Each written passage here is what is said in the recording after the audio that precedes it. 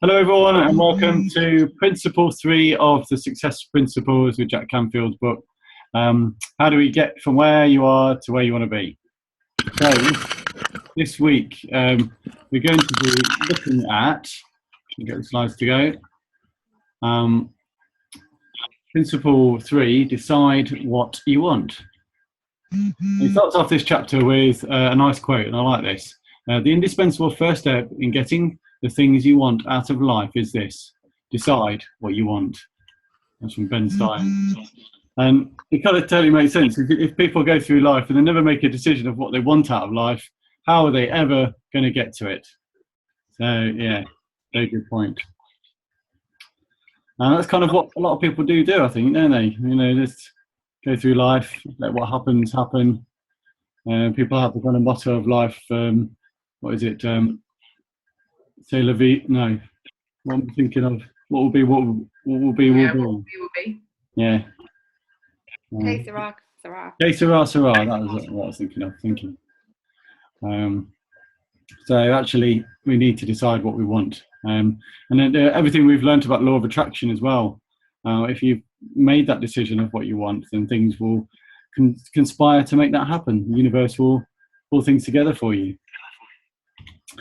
So in early childhood programming has not set us up very well for getting what we want, unfortunately. We went through our early years, and actually as a baby we kind of knew exactly what we wanted. When you're hungry, you made it known. You definitely told your parents when you didn't like things. You cried. Have you ever heard children repeat themselves over and over again? It's louder and louder until eventually they get what they want. It's like Theo's brilliant at it. Over and over again, he can repeat himself like 100 times if you didn't reply. And it just wouldn't stop. He's got no inhibitions. He doesn't hold back. And this is what we were all like, although we probably don't remember it. And then something happened. And someone along the way said, "Don't touch that. Stay away from that. Keep your hands off that. Stop crying. Don't be such a baby." And then we got older, and we were told, "Money doesn't grow on trees. Can't you think of anyone but yourself? Stop being selfish." And there's a whole load of them in the book. He kind of reels off loads, doesn't he? And it totally makes sense, because we've just been programmed through years and years of this information coming in to limit ourselves and think to ourselves that we can't have what we want. We have to have what other people tell us. And I don't know, does anyone connect with that? Yep. Yep. So he says, don't live someone else's dreams. We started to do everything pretty much for approval. We do things to please others. That's the kind of the process that we kind of have fallen into, if you like, through this programming from our early life. So maybe it's worth thinking about, what have you done in your life to please others? It's kind of made me think about that. And I think if you take a moment just to have a think about what things you've done in your life to please others, that perhaps actually, if you had a different type of thinking, then should you have done it a different way? You know, John? Yeah. I was listening to something the other day by Mary Morrissey, and she was saying that there was a report by Harvard University, and they were looking into what the genius mind was, and they were saying that, in fact, it's in working with the law. Babies have a genius mind when they pop out. Right. And then by the time they're 5, only 20% are operating on a genius mind. And then by the age of 20, only 2% are operating on this genius mind. What it is a genius mind takes information in on all modalities. So through their physical senses, through their intuition, through their imagination, every sense that they've got, they're taking information. And they said that, similar to what you've just said there, that it was the learned voice of judgment. So we started to look at polarity. So we said, okay, this is good and that's not good. I'm selfish or I'm not selfish. Mm. And everything you're saying here created polarity in the minds, and babies start to judge. And it's when they start to judge that they stop doing things for themselves, and they start, as you're saying, live other people's dreams. Yeah, that's really interesting, isn't it? Wow. Yeah, it's Yeah. judgment. They say it's judgment that kind of dumbs us down. Yeah. And it's probably other people's judgment that's kind of driven That's that. right, yeah. It's other people's judgment saying you've got to do it this way and this is the way to do it. And really, there's only one way to do it, and that's your way. Yeah. And nothing's right or wrong. It's whether it works or not. Yeah. Yeah. And it kind of goes back to the complaining and blaming thing that we talked about in one of the other earlier ones as well, doesn't it? Yeah. You're complaining and blaming all the time. You're judging other people. And it's making the whole situation worse for you and them. Mm. Yeah. Confuses Cheers for that. me, though. The thing that confuses me is, where does becoming selfish at the expense of others come in then? You see what I mean?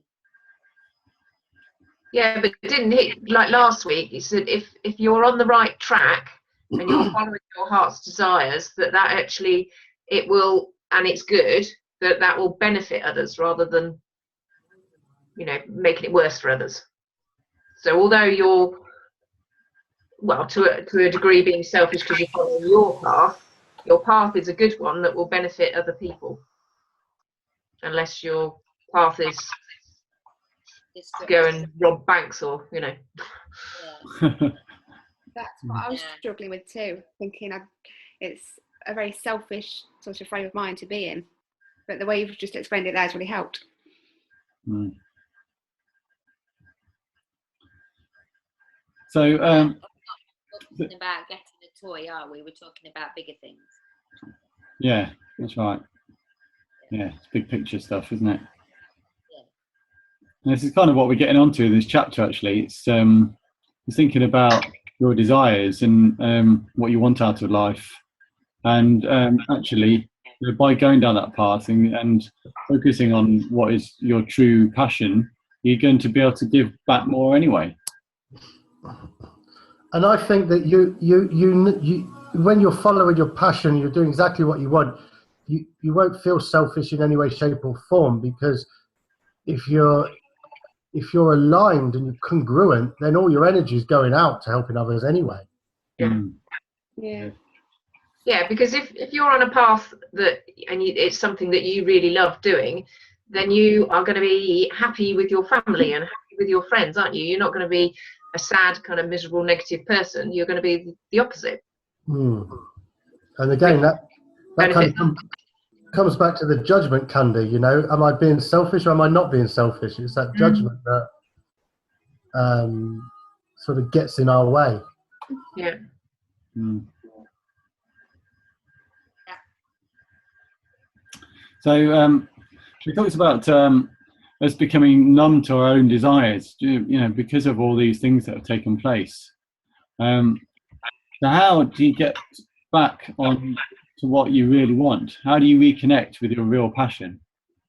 Now, it took me a while to get my head around what he was trying to say here, but he says you have to honour your preferences in every situation. When you're confronted with a choice, any choice, doesn't matter how small or insignificant or how large for that matter, act as if you have a preference in that situation rather than just kind of shrugging it off, saying, oh, it doesn't matter, whatever. And he's saying that you need to take control of that situation and have a preference in everything. So I think I've kind of struggled on that a little bit at first, but it makes sense. And he goes on to say that it's simply a habit to make other people's needs and desires more important than our own. And equally, it's a habit to make your needs and desires more important than others. So it's just about breaking that habit that you've been conditioned into and replacing it with a more positive habit that's geared around your own needs and desires. Getting that balance right. Yeah. I think it's worth reading that bit of that chapter a few times, actually. If you're not sure on this, just have a read on it a few times, just to get your head around what you're saying there. Do you think, John, that comes down to like self-esteem? Because I get the impression that a lot of people put other people's needs and desires before their own because of a lack of self-esteem. They choose to ignore their own. Yeah, yeah, They don't want to go there. They don't want to look at what they want. They want to ignore it, if you like. yeah. It's almost easier. It's easier. It's kind of it's sort of like a martyr sort of situation, isn't it? I'm not worthy enough to kind of do things that I want to do. Oh, I'll always put the kids first. I'll always put my husband first. I'll always put work first. Yeah. And then what you end up being is actually very sad and bitter about your life because you've always put someone else first. Yeah. And that doesn't do anybody any favours. Yeah. That's right. You've got to do it like the plane. You've got to put your own oxygen mask on first. Yeah. Yeah, that's true. That's a good one. What was that? That was a good one, the oxygen mask. Yeah, yeah. So did you read the Yellow Notebook story? I thought that was quite interesting. He goes to this event and there's 20 people sat around the table. Each of them have a different colour notebook, and everyone kind of sits down thinking, "Why have I got a yellow notebook? I much prefer a blue one. That person over there's got a blue one." But it's all goes on in the dialogue in your head, isn't it?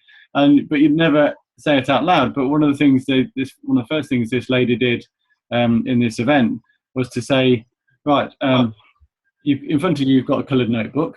If you're not happy with that particular notebook, go and make an exchange with somebody else's and get the colour that you want. And that's what people did. And he kind of said that was such a turning point moment. Actually, we just go through life, don't we? Just accepting the situation without making the kind of choices and making these preferences he's been talking about. Who is it? It's Sherry Carter Scott. The notebook thing.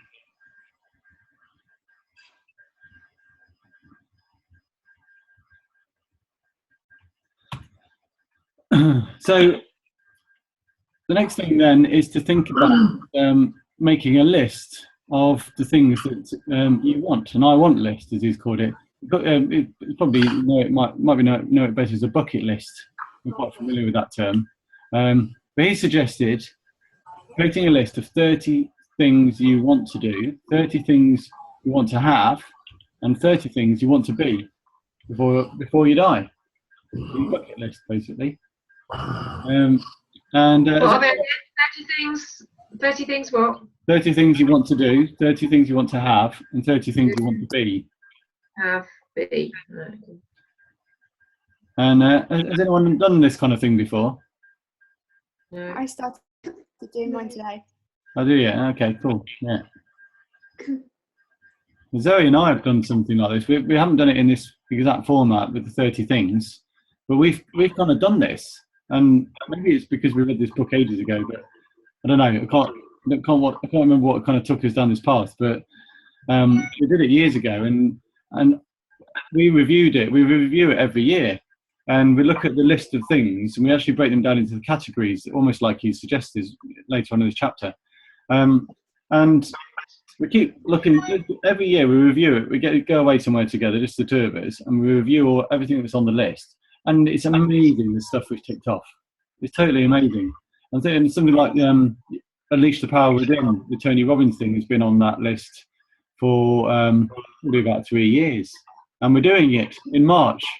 And it's so I just can't believe it. It's so exciting, and it's all because we've created this list, and we've kind of somehow in our subconscious mind, it's been there. It's been somehow kind of focus on these things without even realizing it. They've just been ticked off one by one.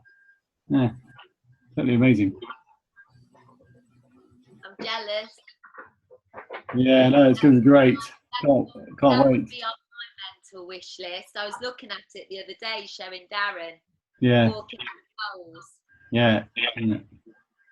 Yeah, There's a guy he's in the office next door, but he used to share the office with us. He went last year, and he came back. He could hardly speak because his voice was so croaky because he'd been, cheering so much, and he got splits in his hands from clapping. He was a bit embarrassed about it, He said, "I know you'll understand because you're into this self-development thing, but I can't tell any of the others." I thought, bad. Yeah. That's funny, isn't it? Yeah. So are you all up for doing this then? Writing Yeah. down the 30 things you want to do, have, and be ready for next time. Ah. And maybe, it's something you could do in the relationship you're in, with your partner, wife, husband, whatever, and go through those and create a list. It's a great thing to do. And then if you can review it every year, then you can know if you've achieved any of them, how things change. I've read somewhere else that you can do this as a family as well. It doesn't talk about it in here, but having a family bucket list of some sort that you actually work on together as a family. I mean, our kids are probably too young for that at the moment, but if you've got slightly older kids, young teenage children, then that'd be perfect to create your family bucket list together. Decide what you want to do as a family. It sets the intention, doesn't it? What's that? It sets the intention, even if you don't kind of review it every month, or like you say, just doing it one year. The fact that you've written it and you've made it an attention means it's sitting there, isn't it? Mm. And it's never going to go away. Like you said, Tony Robbins has turned up after 3 years because it's been there. You've reviewed it once a month, and now it's happening. Yeah. So every time you do one, do you add another one? Well, we've been checking things off, and then we go through it and review it and read through everything, and we think, well, that's not relevant anymore, so we'll take that off. But actually, we'd love to do this. So yeah, we have been adding to it. Mm. Yeah. I'm just thinking, is it significant to have 30 things continually, or are we going to get to the end of 30 things? Yeah, I think 30. It doesn't have to be exactly 30. But if you get to 29, then that will do. We'll let you off. One of the things he talks about in this book is asking somebody over and over again. So whilst you're coming up with this list here, doing it on your own, you're probably not going to push yourself or challenge yourself as much as you perhaps would do otherwise. So he suggests doing this on a one-to-one basis with somebody and actually asking the question over and over again, what do you want? And then you would answer it. You might write something down, then you would ask again, what do you want? And actually continue this on for 10 to 15 minutes. And he kind of says that, first of all, it starts off with maybe some materialistic things like I want my white Mercedes or a big house or whatever those things are that you have an immediate want for.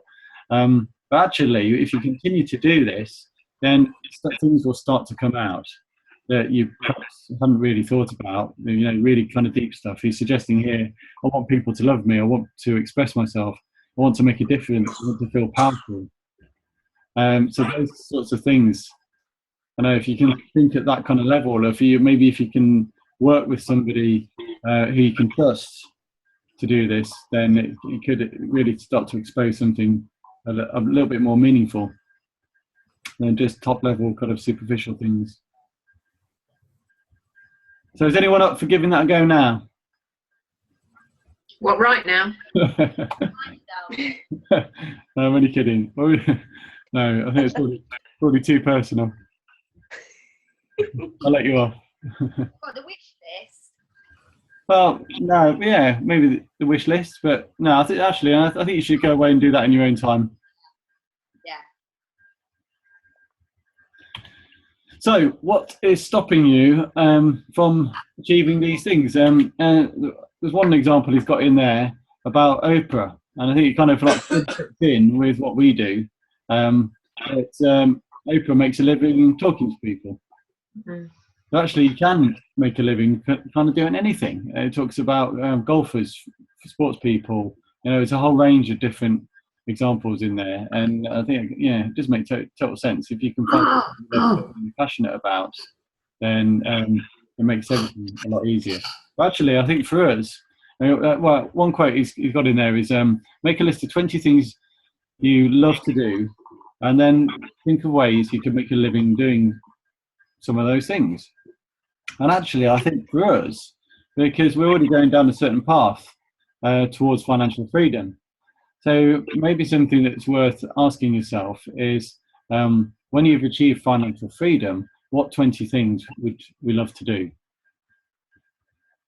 And actually, you know, if you don't have to go to a job anymore, you don't have to do X, Y, and Z, you've got total financial freedom, then it certainly changes things, doesn't it? In terms of how you'd approach life, what you'd choose to do, kind of people you'd work with, who you'd help, who you'd support.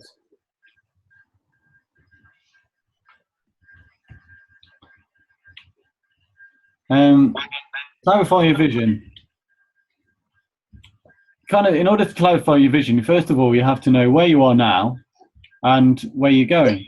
And he talks about this GPS, that we've got this kind of inbuilt system. If we set out where we're going, we know where we are now, we set out where we're going, then we've got this kind of GPS type triangulation thing going on that is going to guide us to it. So as soon as you set it out there that this is where you're going, then things will happen. And if you've read anything about the law of attraction, then things, the universe will conspire to and put things in your path to get you where you want to be. And a lot of this book, as we go forward into the different principles, is about goal setting, affirmations, visualization, all the kind of key things that you need to do to help you to achieve that end goal of where you want to be. And I want Danny to be well. Shall I send her some immunity boost? Yes, please. My delivery's coming tomorrow.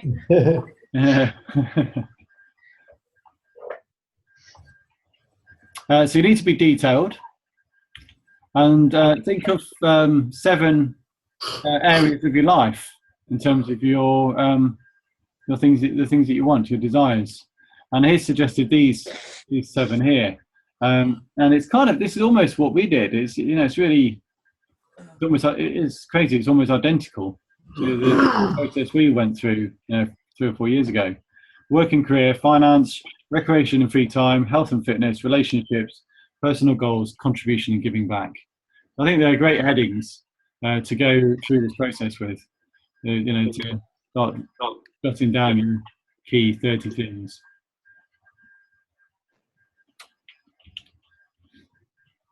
High achievers have big visions. I think you know, it's really interesting. Again, some of the things that have come out of that. You list out people like Bill Gates and the kind of vision that he had when he first started off Microsoft. You could see a vision of everybody in the planet having a PC, you know, computer in their house.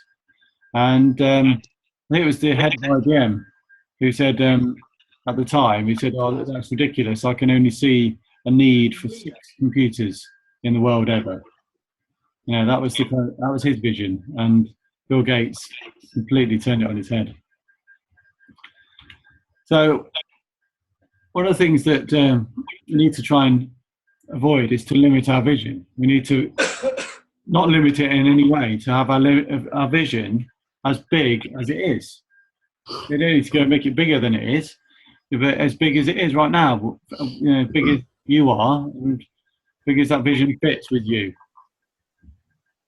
And I think it will change. It's definitely changed for me over the years. My vision's got bigger and bigger, and it continues to change all the time. Always dream big dreams. Big dreams attract big people. I quite like that one as well. That's a good quote. Dave Liniger of Remax. So just to finish off, there's a vision exercise in the book that it goes through like it's kind of like almost a meditation type thing. Has anyone tried to do that yet?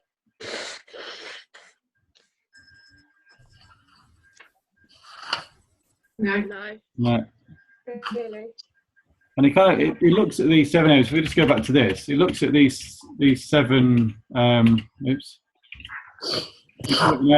here: working, career, finance, and suggests that you get into a relaxed state, listen to some music, And then just kind of shut your eyes and start to visualize what your life would be like in each of these key areas.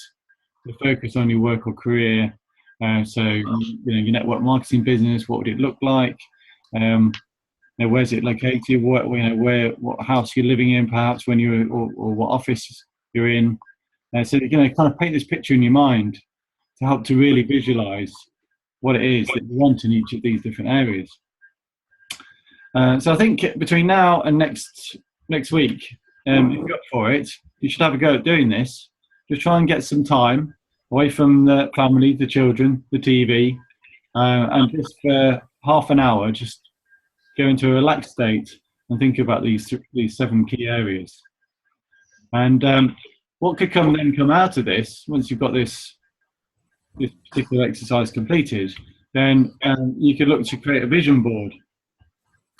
And I'm not sure if it's in this book or not. You might be able to tell me, but there's a story about John Assaraf, and he's the guy that created the vision board. He had been putting vision boards together for years, and he was in his new house, just moved into a new house, and his son was there, a young boy. He was kind of pointing at a box, saying, "What's that, Dad?" And in this box was all of his vision boards. We got several of them he'd had from various different stages of his life. And he pulled one of them out, looked at it, and right in the middle of this vision board was a picture of his dream home.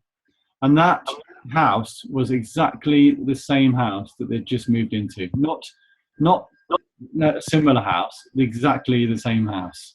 And that vision board was from years and years before. And he hadn't even realised he had actually moved into the house that was on there, which is kind of unbelievable, really. What's that?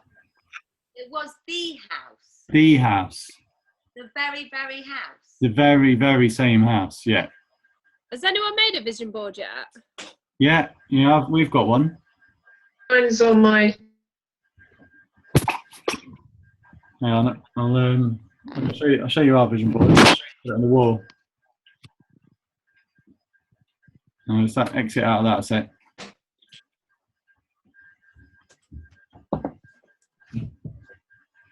Got a vision board somewhere. I've got one, but I didn't have a picture of a Mercedes to hand, so I took a picture of a white Corsa up and drew a badge on it. A white Corsa? Yeah, that's all I had. Is our vision board? So it's a joint one for me and Zoe. What are you driving, John? It's a Jaguar. It's a Jag, is it? Yeah. Yeah. Yeah, F-Type. Yeah, I can see you in that. Yeah. But it's kind of like, there's a lot of family stuff on there. It's our dream homes on there. A lot of it's about lifestyle and fitness. That's me. I put that one in there. That's not Zoe. That's not Zoe wanting a fit bloke. Manifest I hope so. I hope not. Anyway. But it's interesting, they've got 2 pictures of the Bahamas down there. And me and Zoe bought some land in the Bahamas. Yeah. And we didn't even twig. We put this on this like 3 years ago or whatever. And since then we've met some people who have got own land in the Bahamas who live in Melton. And we're in the process, we're paying it off over a number of years, but we've got land in the Bahamas at the moment. It's totally crazy. And there's a house on here. You probably can't quite see it, but where is it? There's a picture there of Rutland Water. And, I like that one. Yeah, it's just a tiny picture of Rutland Water on there. And we came across a house on Rutland Water. It was up for sale, and we looked at it. It was that dream house. You remember that dream house that me and Zoe see? It was totally, it's totally out of our kind of budget or whatever. We just wanted to go and see it. And we went there, and we stood there looking out in the gardens, and that was the house. That's the view across the side of the house. It's unbelievable. Like Zoe was she dropped the vision board on the floor, picked it up, was kind of looking at the bottom corner because she thought she'd broken it. And we got it mounted on a big board downstairs. And then she just she went, "Oh my God." And literally like 3 weeks ago, we've been to see that house. It's like totally unbelievable. It kind of Crazy. brought her to tears. It really did. It's mental. And this is Is that Nikki house. froze, or is she just really flabbergasted? What's that? I didn't know if Nikki had froze or not. Her mouth didn't move. Yeah. Her mouth was wide open. This is that house. There's the brochure for it. That's it, is it? In Rutland Water? Yeah. Yeah. Oh, nice. Wow. There's How much, John? 1.9 million. Next year then. Uh, Yeah, Doing district I'm manager. happy with that. It's quite cool. There you go. So I think it's worthwhile. I definitely think it's worth doing. You know, because pictures speak 1,000 words, don't they? That's what they say. And actually, if you're visualising in your mind, and then you go out of your way to go and find some images that support that vision. And you know, we don't look at this all the time. It's up on my wall there. We've got it down. We've got it mounted downstairs. But every now and then we do look at it, and yeah, it's totally mad. So I'm a complete believer now in the power of having these kind of visualizations and vision boards. Leah, why have you come on twice? I was going to say, you want Going on. I was just seeing if it's working, but I don't know where my camera is. Sorry, Down here, carry look. on. Woo! Right, I can use my computer. I didn't think I could. Yeah. Brilliant. So what do you reckon then? You gonna write your list out, ready for next week? Yeah. So oh golly, bit of feedback there. Right, sorry, I'll come on. Oh God. Sorry. Right, have you got anything else to add on these kind of desires and goals and stuff? Yeah, I think, you know what, I think the biggest issue for people is they can imagine and they can dream big, but then that learned voice of judgment jumps in and people talk themselves out of it. And so I think, you know, when you're doing this, if you can just be very conscious of that, and just when that inner voice says, don't be stupid, you'll never get that, you just got to ignore it. You got to sort of, as you said earlier, you've got to relax. You've got to have the faith that the ideas will come to you when you need them, and to just keep moving forward, taking baby steps, and just not allow that internal voice to negate the dreams that you have. Mm. And it's a bit of a constant battle at first, but you know, it's certainly worth doing and worth getting under control. Because you know, that's when things really start to happen. Remember that terror barrier from the kind of presentations you've done before, Matt? You have this terror barrier, don't you? When you kind of set a goal that's outside your comfort zone and you get close to it, and suddenly you've just got this, you hit this wall, and it just kind of it's full of fear, and it just stops you from pushing through. Yeah, yeah. And I think, you know, you gotta understand that you're not your emotions, and however much it may seem that they are, they're not. And if you can start to become aware of your emotions, as opposed to allowing yourself to be affected by them, then that's the first step to try to kind of waking up and taking control of the inner voice and the feelings, so that you're directing your life and not your feelings. Mm. Yeah. I think there's a lot to work on with this kind of stuff, and as we go through these principles, then a lot of the principles really are going to support us in what we're facing here. You know, a lot of this fear is going to come up, and we're going to have challenges. Things are going to step in our way to stop us getting to where we want to go to. You know, it's going to happen, and me and Zoe find this without a doubt. You know, we set out that we want to achieve something, and then suddenly, life just throws at us left, right, and centre. You know, all this stuff comes flying at you. It's kind of it's been put in your path to stop you getting there, And you could either turn around and go, well, it's obviously not meant to be, I'll give up on it. Or you can choose to deal with that problem and become bigger than that problem and then push on through and achieve it anyway. That's right. That Eric Worre, he said, "Is this the size of you, Eric?" Yeah, that's right. Yeah, he does, doesn't he? And I actually use that myself, because Yeah. I think it's such a great statement to make. It's just the size of you. Yeah. And if you've ever read T. Harv Eker, Millionaire Mindset, he has a whole section in that book about being bigger than your problems. And if you let your problems be bigger than you, then you'll never make it through. But if you become bigger than your problems, then that's where you're going to progress. But actually, as you start to grow, your problems get bigger with you. So it's about staying ahead of that, because things will change. He actually does some visualization work in that book. Has anyone read The Millionaire Mindset? No. T. Harv Eker. And it's his first He did person. that course, didn't he? I went on that course that he did, the sort of webinar course. Okay. He's quite shouty, isn't he? He is. He's a charity guy. Yeah. And it's in the book. It's NLP language that he uses. He uses a lot of NLP, and he actually gets you to visualize a problem in your mind being quite big and bright. And then he gets you to visualize that big, bright thing starting to move down and darken, and then for you to become bigger and bigger.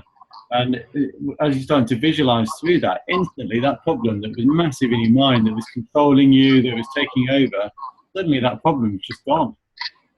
And in that moment, of course, it probably comes back again later, but as you're starting to do this more and more, then you're able to deal with these issues and deal with these problems and become creative on them.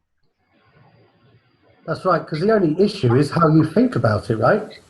Yeah. And you're in control of your thoughts. So if you can use techniques like that and develop your ability to use those techniques, then you can kind of keep a hold on everything that appears, because it is always only appearing to be a problem, and use those techniques to start feeling better about it.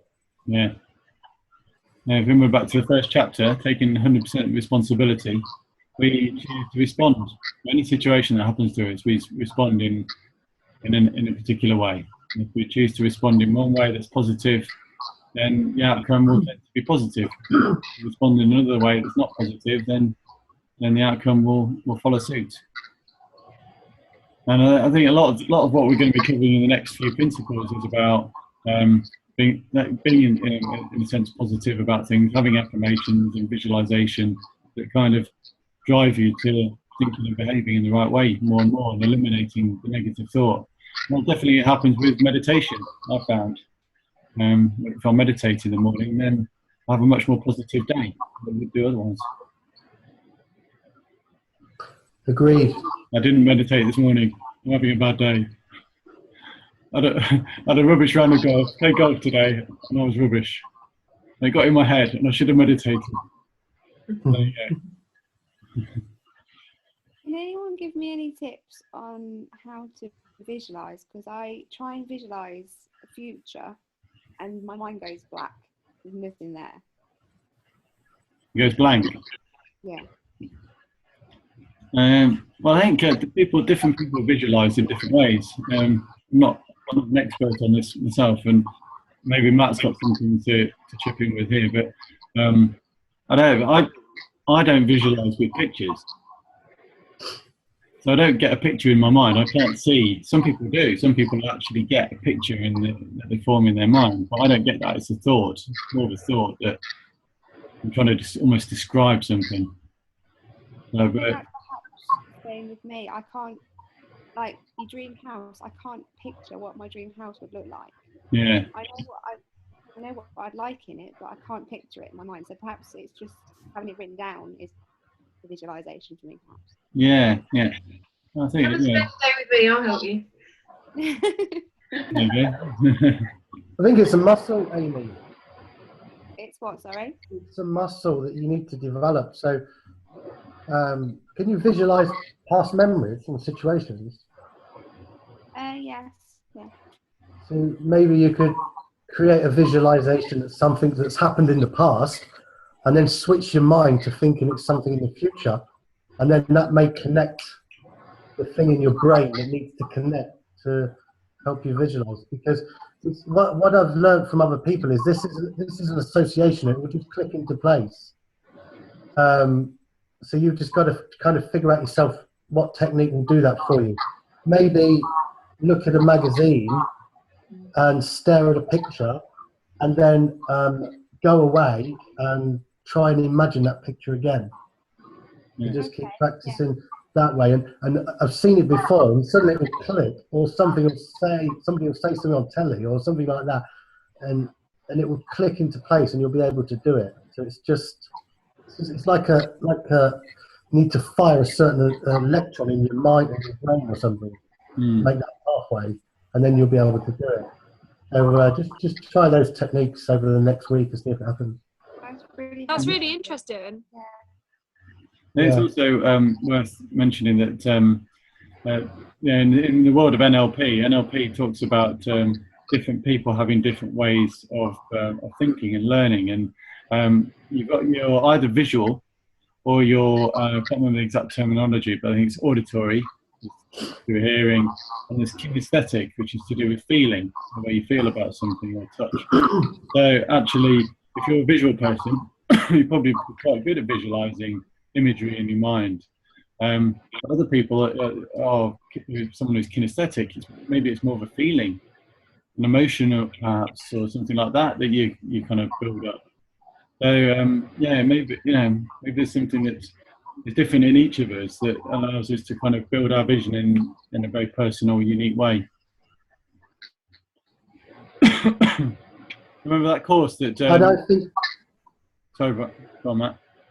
I was going to say, Amy, I think you'll find the more that you study this book and other books and the repetition, I think you're going to find yourself getting a lot more fluidity in your own mind. You're going to become a lot more versatile in the way you think and the way you visualize. So it's kind of something that I think will just evolve naturally as well, the more you get into personal development. I hope so. It's a struggle. Yeah. Yeah, because I think the thing is, to start with, you set restrictions on yourself, don't you? So you think, oh, actually, I've just driven past a house. That would be amazing. I'd love to have that house. But you think, no, I can't. Whereas actually, it's your vision, it's your visualization. You can. So, yeah, I've got a massive house on the cliff at Salcombe in Devon that is on my board. And then I've got a villa in Italy with a pool. I've got a couple of cars, etc. Just a couple. Yeah. Well, in fact, what I've done, because that's what I was going to say actually, on mine, I've put on the people in my team and what cars they wanted as well. So I don't know whether I ought to have done that separately to my own vision board, but I've kind of lumped the whole lot in together. Yeah, you could have more than one. Yeah. We've just got one for the family. But it's up to you. Right. Cool. Well, it's 9 o'clock now. I think it's time to wrap up. Is anyone else got anything else to add or any other questions? No, don't think so. So we're doing our 30 things. 30 things. And what was it? 30 things. 30 things you want to do, 30 things you want to have, and 30 things you want to be. Yeah. Are you guys writing in the book? Yeah, I am. Mine's on the Kindle. Mine's on Kindle. Okay. So in the clarify your vision bit, those 7 areas. Yeah. So relate those to the 30 things you want to do, have, be. Yeah. In those areas, and so use those areas as ways of kind of making you think about it. Yeah. Yeah, exactly. Yeah. And then from that. Do that again. So these areas, if I go onto my screen share again, there's these areas over here, look. If you read the book, there's a section on doing the visualization exercise. So it's these 7 areas, and you can use those as a way of coming up with your 30 things. Oh yeah, okay.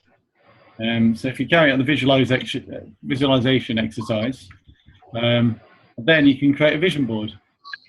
So actually turn that, once you've written it down on paper, you can actually then go and look for pictures that support that. Whether you're doing it on computer like we did, or you can go to magazines. A lot of people just go to some magazines and just cut pictures out of stuff that they want to put on and then stick it on a bit of paper. That's probably the easiest way of doing it. And that's what Zoe did when the first time she did a vision board. She just got some magazines and Ideal Home or whatever it was, and just cut some pictures out that kind of she connected with. And then, since then, she's probably done vision boards a lot longer than I have. And each time it's changed. And they completely change. As you change and your desires and wants change, the vision board will change with it. Go and get a home one and a travel one.